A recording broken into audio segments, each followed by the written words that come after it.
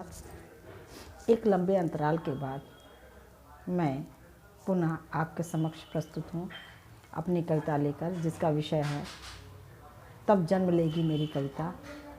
इस बीच कविता आपके समक्ष प्रस्तुत ना कर पाने का कारण इस बीच होने वाली घटनाएं थीं। उन घटनाओं ने इतना अधिक प्रभावित किया कि मैं कविता आपके समक्ष प्रस्तुत करने में अपने को असहज महसूस करती। तो पुनः मैं कविता लेकर के आपके समक्ष उपस्थित हूँ। मैं नहीं लिख पाई कविता। मैं नहीं लिख पाई कविता। 2020 कोरोना का कहर, 2020 कोरोना का कहर, लाशों के ढेर, हर पल भयावह होता मंजर, टूटते बिखरते रिश्ते वायरस के भय में, अपनों के जुदा होने का दर्द नहीं सह पाई कविता। मैं नहीं लिख पाई कविता।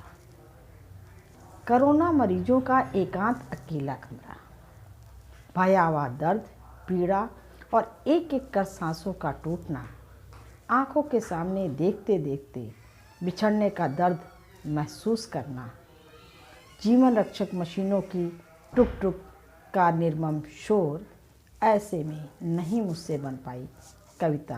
मैं नहीं लिख पाई कविता। एक दौर कोरोना का था जहां प्रश्न जीवन और मृत्यु का था। एक दौर कोरोना का था जहां प्रश्न जीवन और मृत्यु का था। वहीं कामुकता के भयावह मंजर में फंसी पुरुष जाति दैवी आपदा के इस खौफ से निडर हो घटनाओं का पुनर्व्याख्यान कर रही थी। दैवी आपदा के इस खौफ से निडर हो घटनाओं का पुनर्व्याख्यान कर रही थी।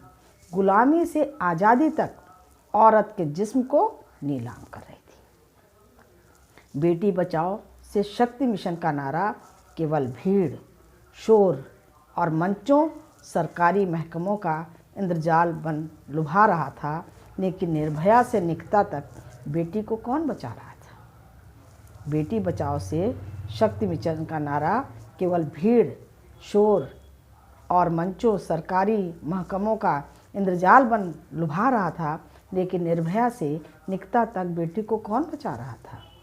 लौ जिहाद, दूधमुही बच्ची, कहीं बेटा माँ के साथ, उफ। लौ जिहाद, दूधमुही बच्ची, कहीं बेटा माँ के साथ, उफ। लगता है कोरोना से भी भयावह प्रलय आएगी। लगता है कोरोना से भी भयावह प्रलय आएगी।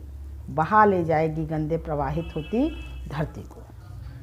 नारी मुक्त हो जाएगी रोज रोज के दर्द से। सीता और द्रौपदी की एक घटना थी।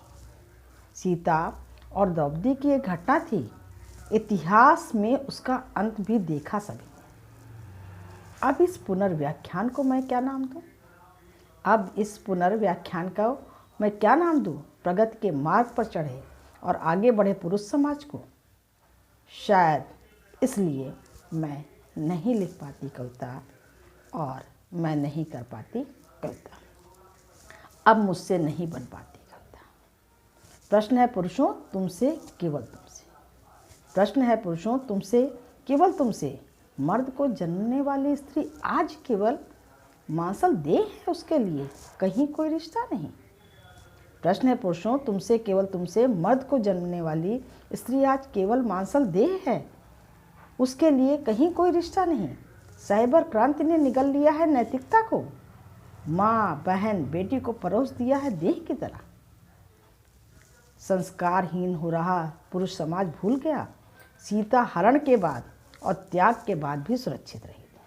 सीता हरण के बाद और त्याग के बाद भी सुरक्षित रही थी। निर्भय हो पाला था लव कुश को।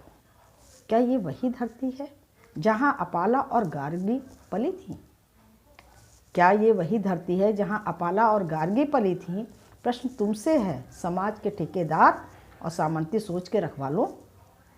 प्रश्न तुमसे है, समाज के ठेकेदार और सामंती सोच के रखवालों। जिस दिन एक बेटे के देर से घर पर आने पर प्रश्न होगा, जिस दिन एक बेटे के देर से घर पर आने पर प्रश्न होगा, किसी स्त्री को गलत देखने पर घर में कोहराम होगा, जब पुरुषों पर भी चरित्र को लेकर उंगलियां उठेंगी। यौन शुचिता की विचारधारा पुरुषों पर भी लागू होगी, तब जन्म लेगी मेरी कविता। मैं लिख पाऊंगी अपनी कविता, हंसती खिलखिलाती कविता, भरी पूरी कविता। तब जन्म लेगी मेरी कविता। मैं लिख पाऊंगी अपनी कविता, हंसती खिलखिलाती भरी पूरी कविता। मैं नहीं लिख पाती कविता, मैं नहीं लिख पाती कविता। धन्यवाद।